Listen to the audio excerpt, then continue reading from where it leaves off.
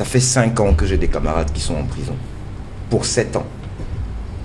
D'autres qui y ont passé 2 ans, 3 ans. Ça ne suffit toujours pas.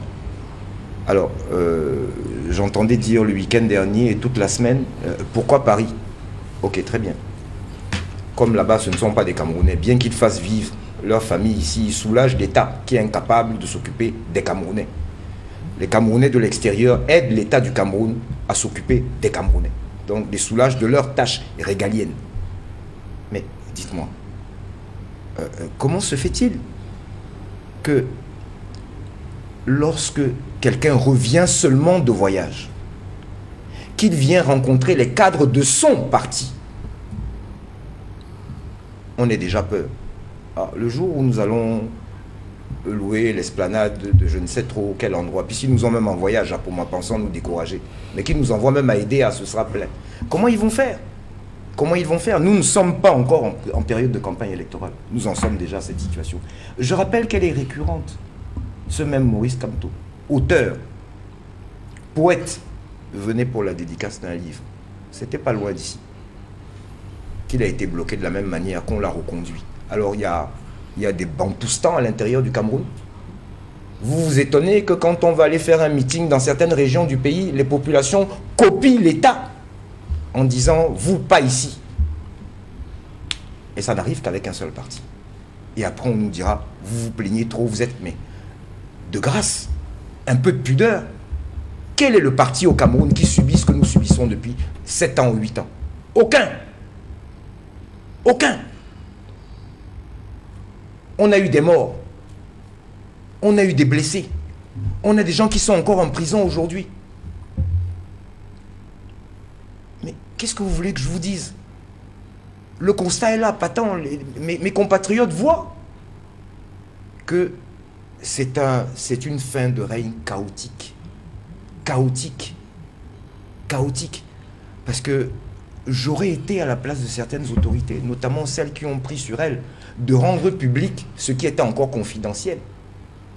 Que je ne l'aurais pas fait. Il n'y a pas meilleure publicité, même si elle tourne au vinaigre aujourd'hui, que celle qu'ils ont faite. C'est absolument contre-productif. À l'heure où je parle, Maurice Kamto serait peut-être déjà aidé sur le chemin retour. Si on s'était contenté de veiller sur sa sécurité, parce que c'est un personnage public, qui ait 2 ou 3 voitures qui le suivent, qui ait quelques véhicules aux alentours du siège, parce qu'on ne sait jamais, même comme jamais rien ne s'est produit, qu'il tienne sa réunion, que je vienne à mon émission, parce que j'étais supposé sortir de réunion et venir ici. Qu'est-ce qui a empêché que tout cela se déroule? Sinon la volonté manifeste de je ne sais trop quelle zèle. Charles Njikama est en colère, une colère froide, contenue mais qui déborde, mot après mot, sur le plateau de l'émission Droit de réponse d'Equinox Télévision. Ce dimanche, le cadre du MRC ne prend pas de pincettes, il dit les choses telles qu'il les ressent. Et ce qu'il ressent, c'est une exaspération profonde devant ce qu'il considère comme une suite d'abus et des provocations orchestrées par le régime de Yaoundé. L'objet de sa colère, la situation sécuritaire déployée à Douala à l'arrivée de Maurice Kamto après son retour du meeting de Paris. Pour Charles Njikama, ce n'est plus une gestion préventive, c'est une panique d'État. Pourquoi pensez-vous que les mêmes, toujours, vont être acculés et qui continueront de regarder? Mais même les enfants que nous avons à la maison. Vous pensez qu'il y a un à force complot? d'injustice, comment? Vous pensez qu'il y a un complot? Pour le moins, il y a des zélés. Parce que tout ce qui se passe là, je ne suis même pas sûr que celui dont il se réclame soit au courant. Il y a des zélés qui pensent bien faire. J'imagine qu'ils pensent bien faire.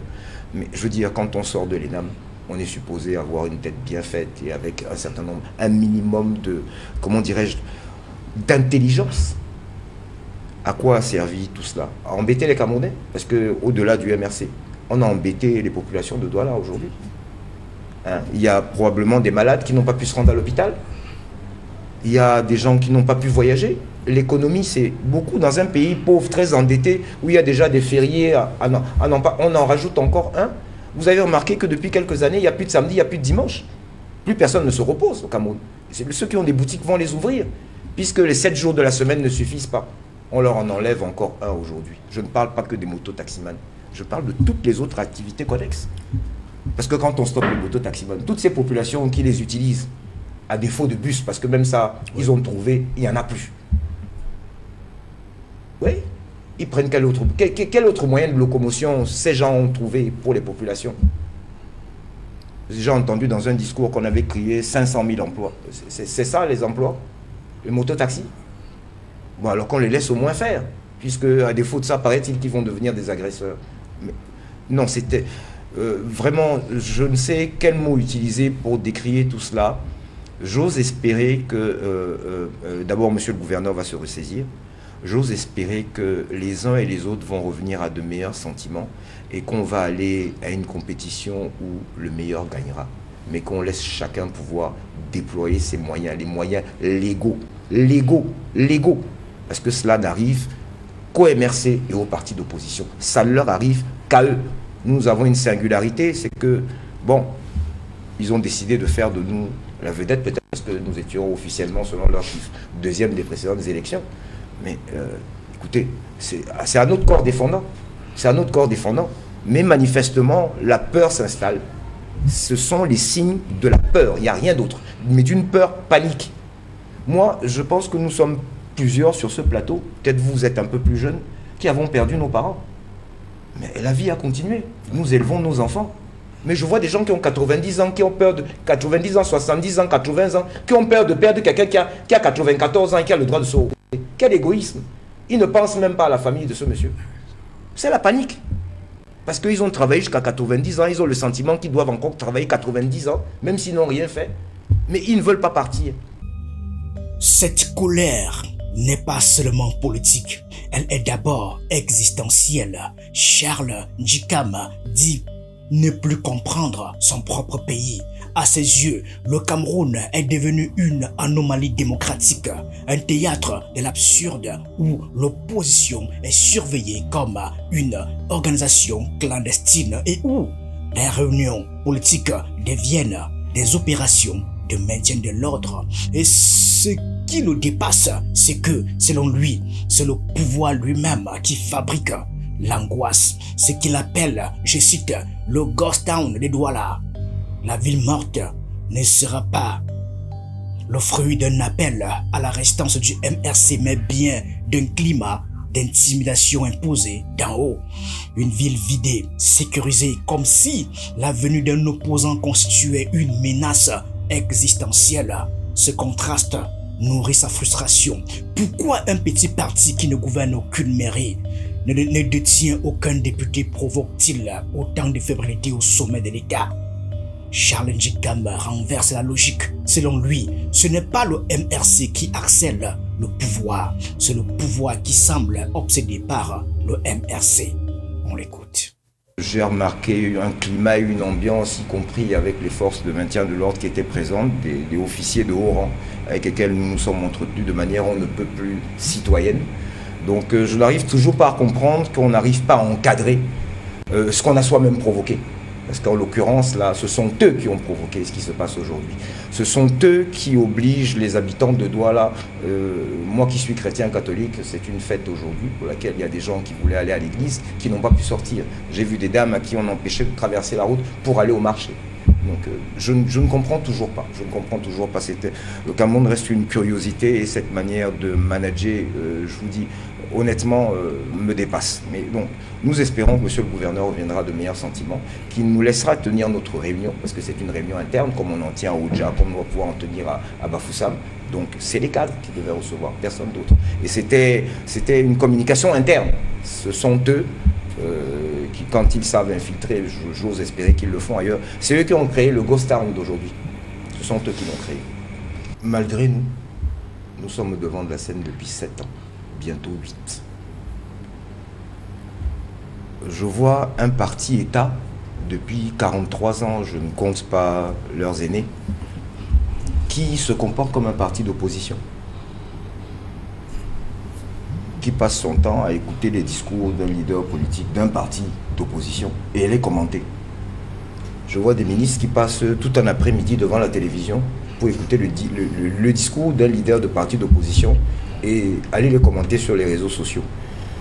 C'est peut-être bon signe, ça veut dire qu'au RDPC, ils commencent à prendre la posture qui sera la leur bientôt, celle de parti d'opposition, parce que les actes qu'ils posent sont ceux qui sont supposés être posés par des partis d'opposition. Je rappelle cette boutade du patron du RDPC. J'ai nommé Paul Biya. Là, je parle du patron du parti politique. C'est lui qui a voulu qu'on confonde les deux. Mais là, je m'adresse au patron du parti politique qui, à l'occasion des dernières élections, avait traité un certain parti de petit parti politique. Mais bon sang, de quoi a-t-on peur? Pourquoi les faits et gestes de ce petit parti politique sont-ils l'objet d'autant de... Je ne sais pas, je ne sais pas. Comment voulez-vous qu'après, vous ne vous sentiez pas martyrisé? À cette incompréhension s'ajoute la colère face au spectacle sécuritaire déployé à Douala. Les images sont connues. Force de l'ordre en alerte, carrefour encadré, circulation ralentie, ambiance glacée dans certains quartiers. Un protocole qui, selon de nombreux observateurs, n'avait rien à envier à celui d'une visite présidentielle. C'est ici qu'intervient le regard d'un analyste neutre, le consultant Edmond Kamgia, qui pose cette question dérangeante.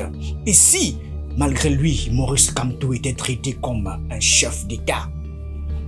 La colère de Charles Ndjikam est renforcée par cette ironie. Ce dispositif censé encadrer un opposant finit par le légitimer. Il donne à son déplacement une solennité inhabituelle. Il provoque l'effet inverse. On écoute Edmond Kamgia. Ceux qui l'ont fait ont leur raison, mais en tant que citoyen, j'estime que c'est excessif. C'est une mesure excessive. Il suffit simplement d'encadrer. S'il devait se déplacer, si le président national du MS doit se déplacer pour son siège, il faut encadrer son déplacement de l'aéroport pour son siège et faire en sorte que quand il ressort, il va là où il va y aller, à son hôtel, et puis s'il veut rentrer, qu'il rentre tranquillement, sous l'encadrement de la police. Voyez-vous, je vais retourner un peu à ce qui s'est passé à Paris.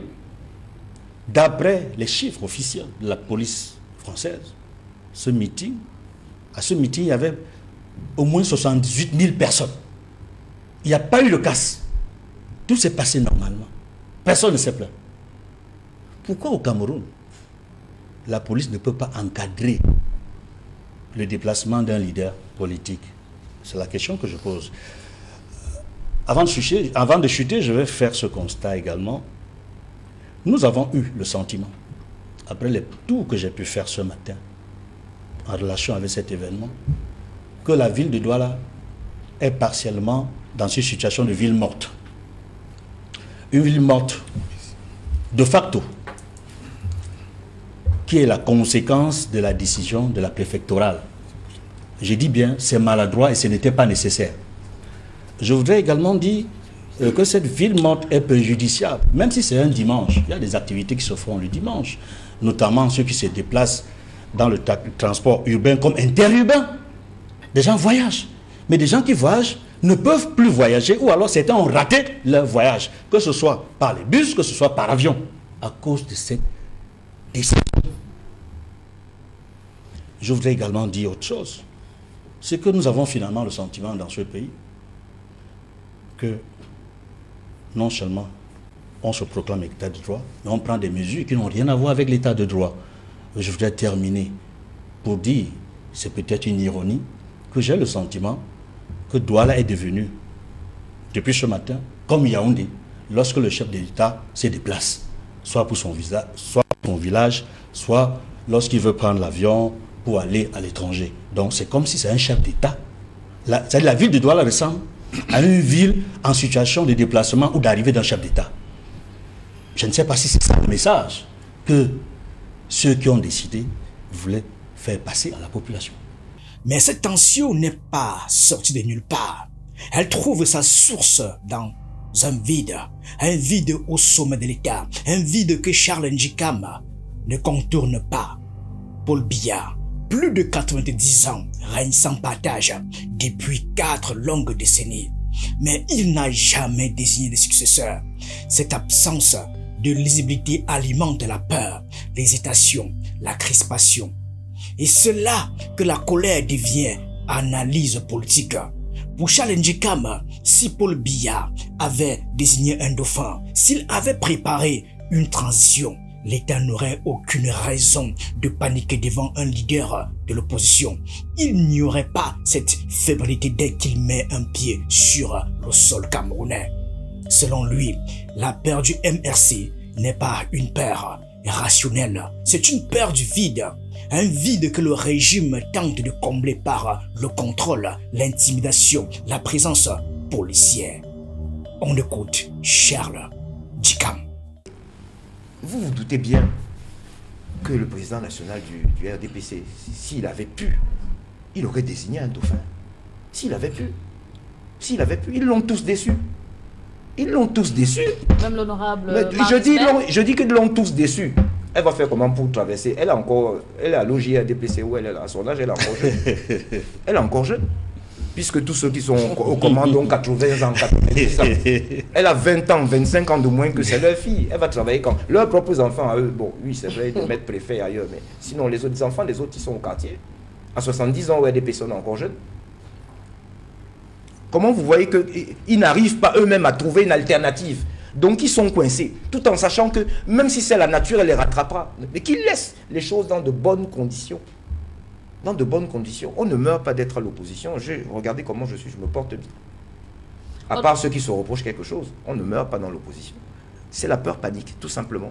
La peur panique. Et malheureusement, M. Biya n'a, semble-t-il, pas d'alternative. On attend ce qu'il décidera. S'il avait désigné un dauphin, on n'en serait pas là, ils ne paniqueraient pas. Eux-mêmes ne savent pas qui ils vont présenter.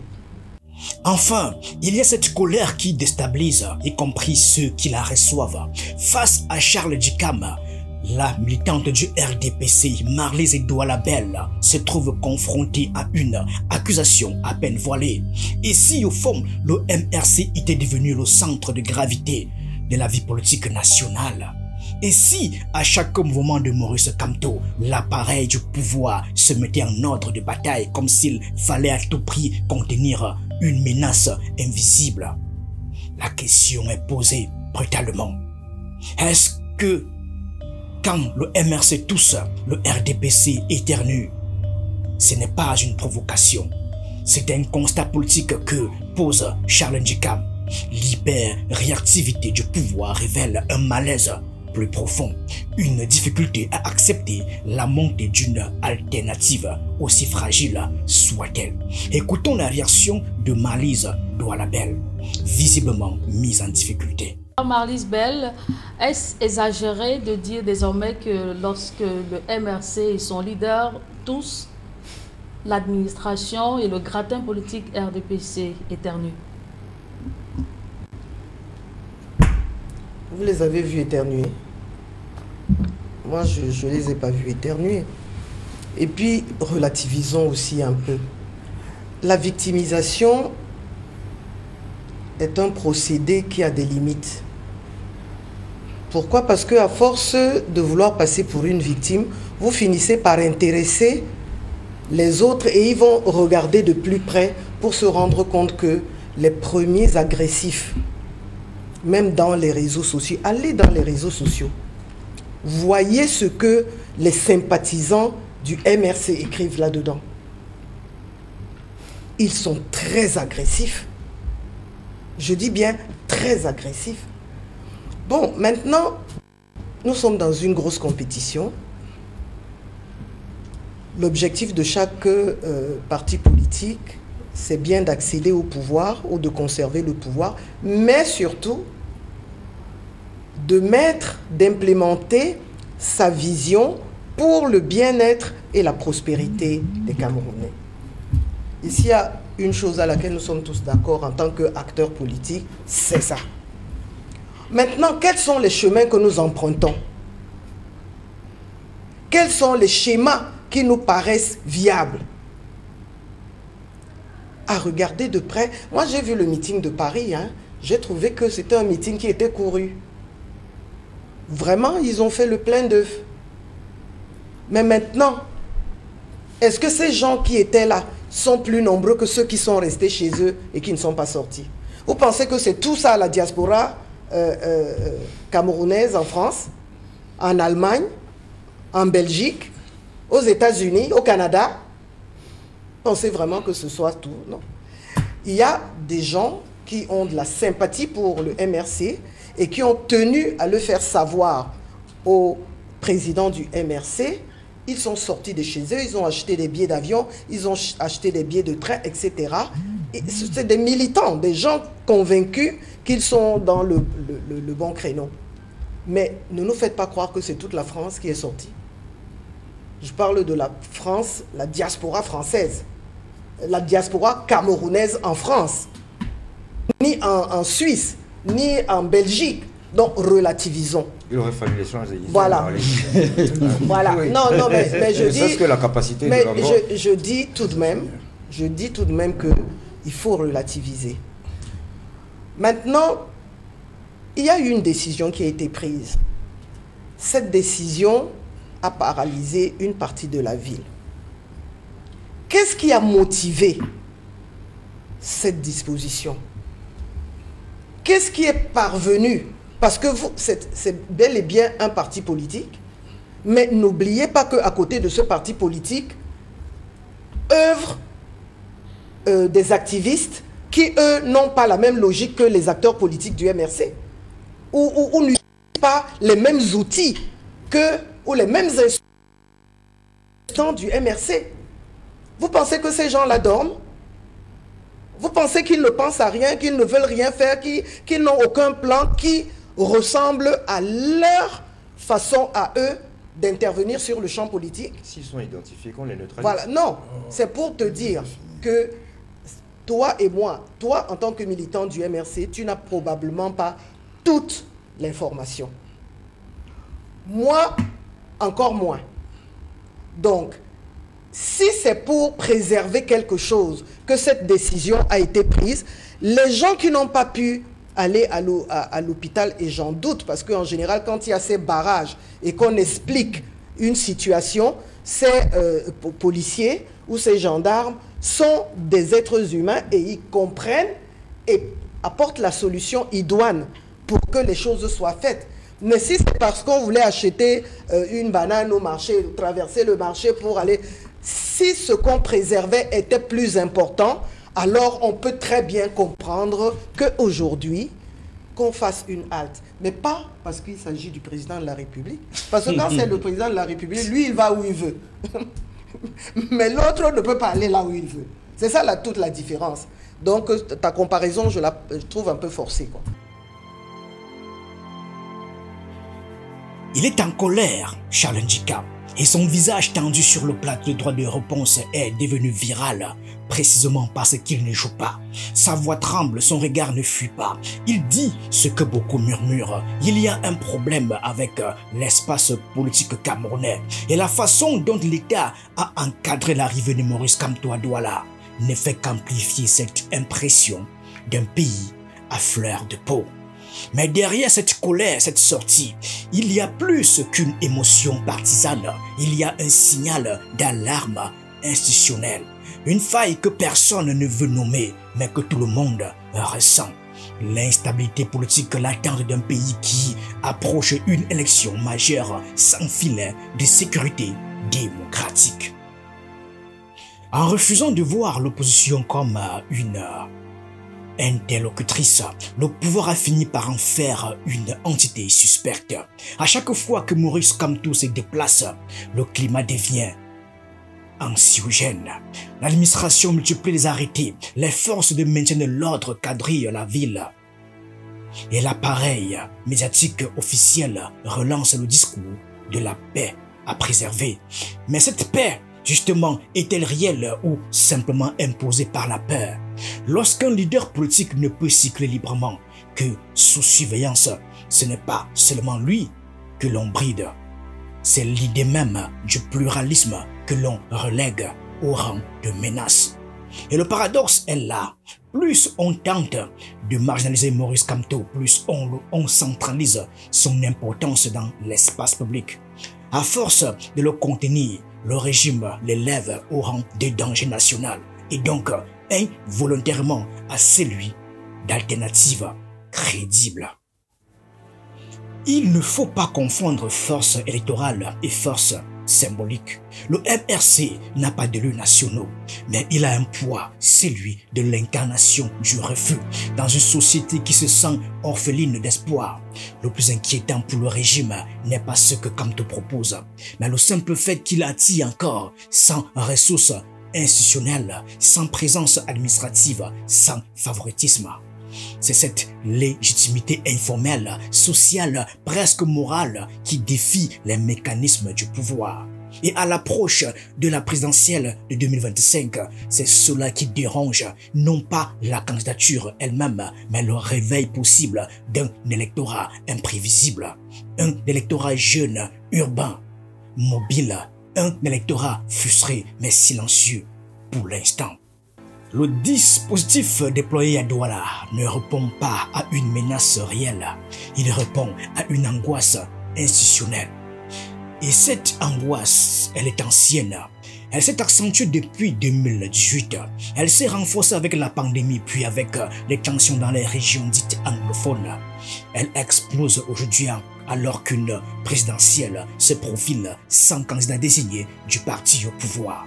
Face à cette incertitude, l'État semble ne plus gouverner par anticipation, mais par réaction. La sécurité devient une réponse réflexe, pas une stratégie.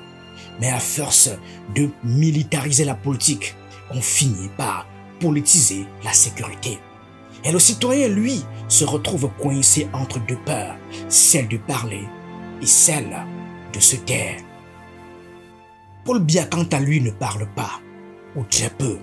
Et dans ce silence, chacun projette ses peurs.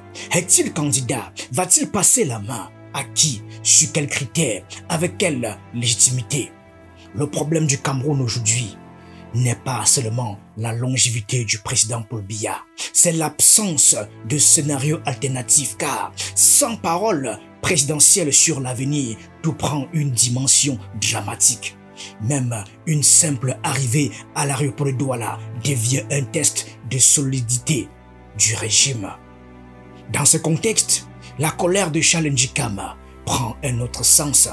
Ce n'est pas la colère d'un opposant contre le pouvoir, c'est la colère d'un citoyen face au vide, le vide de perspective, le vide de dialogue, le vide de confiance.